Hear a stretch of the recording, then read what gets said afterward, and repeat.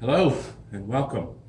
It's Thursday the 24th as we continue this journey along toward the 17th Sunday after the Pentecost, the 27th of September 2020. Today, looking at the Gospel according to St. Matthew in the 21st chapter, verses 23 through 32. Let me read for you the introduction and then the Gospel, and then share some of my reflections for this week. After driving the money changers out of the temple, Jesus begins teaching there. His authority is questioned by the religious leaders who are supposed to be in charge of the temple. When Jesus entered the temple, the chief priests and the elders of the people came to him as he was teaching and said, "By what authority are you doing these things? And who gave you this authority?" Jesus said to them, "I will also ask you one question. If you tell me the answer, then I will also tell you by what authority I do these things. Did the baptism of John come from heaven, or was it of human origin?" And they argued with one another. "If we say from heaven, he will say to us, 'Why then did you not believe him?' And if we say of human origin, we are afraid of the crowd, for all regard John as a prophet." So they answered Jesus, "We do not know." And he said to them, "Neither will I tell you by what authority I am doing these things." What do you think? A man who had 2 sons. He went out to the first and said, "Son, go to work in the vineyard today." He answered, "I will not." But later he changed his mind and went.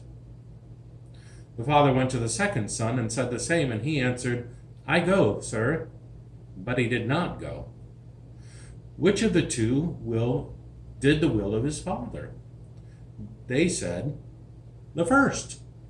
Jesus said to them, "Truly I tell you, the tax collectors and the prostitutes are going into the kingdom of God ahead of you.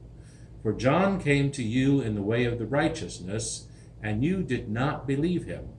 But the tax collectors and the prostitutes believed him. And even after you saw it, you did not change your minds and believe." The Gospel of the Lord. Thanks be to God.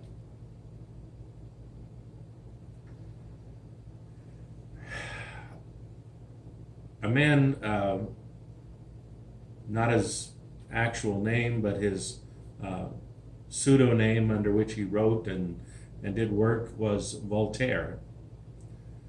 He was a French Enlightenment writer, a historian, and a philosopher. He was famous for his wit, among other characteristics.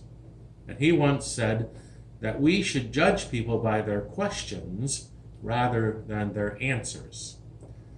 All sorts of folks ask Jesus questions in Matthew's Gospel, and both their questions and Jesus' answers are noteworthy. Most questions are, at their core, about Jesus' identity and authority, as we hear in today's Gospel reading an almost cynical, "Who do you think you are?" All of the questions asked of Jesus are revealing, with the exception of perhaps John and, ironically, Pontius Pilate. The questions are all self-serving. Those who ask Jesus questions either want to trap him, or they want to impress him, or they just want something from him. And to every pointed question, Jesus offers an equally pointed answer, which reveals truth about the kingdom of God, about the king, God, of course, and the kingdom's citizens, those who are believers. Jesus' question in today's gospel reverses the trap which the chief priests and the elders are trying to set for Jesus. His accusers take the fifth, so to speak, in refusing to answer Jesus so as not to incriminate themselves in the eyes of the crowds. Jesus, in turn, refuses to answer their question about his authority, although he does tell them a parable. Parables, we're familiar with them from the gospel readings and from Jesus, often used these parables as teaching tools, because we humans, whether in the first century or this 21st century, we learn better through story than what some people would call a talking head, like this one right here.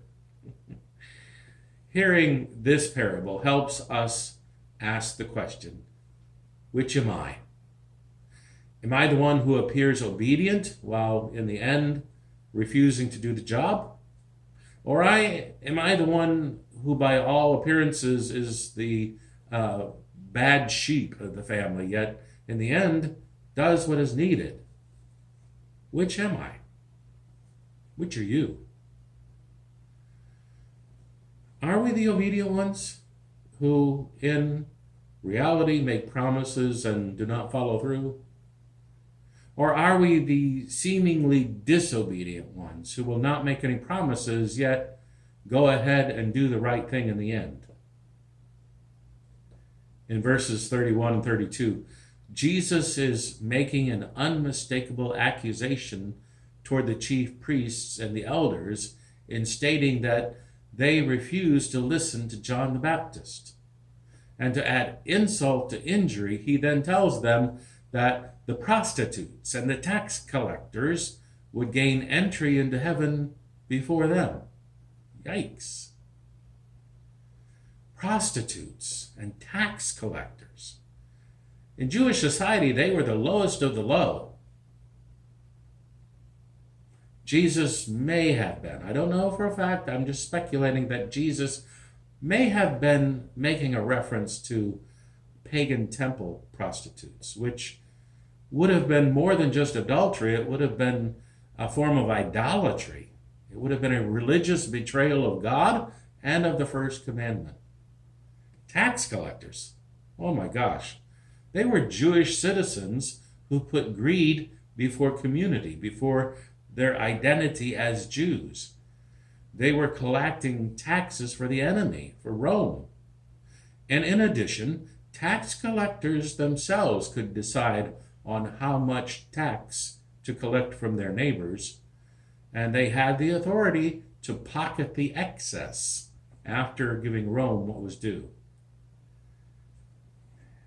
While we may not be like the chief priests and the elders in today's gospel, when we try to make sense of Jesus' parable for ourselves and apply it to our own lives, it may be a good question that we decide, is it something that we want to do but can't, this good stuff? Or is there an evil that we don't want to do but somehow do anyway? You may recognize Paul in some of that thinking. The good that I would that I cannot, it's the evil that I do that I would not. Like so many readings during this season of the Sundays after Pentecost, today's gospel challenges us about how we live into our resurrected life, as I've been calling it. That life that Jesus models for us. Will we be the one who pretends obedience or the one who does not, yet turns around and changes his or her mind in the end? Jesus' question and the answer he points us to in the parable of the two sons pushes us to the point of reflection and decision. Which one will we be? Which one can we be?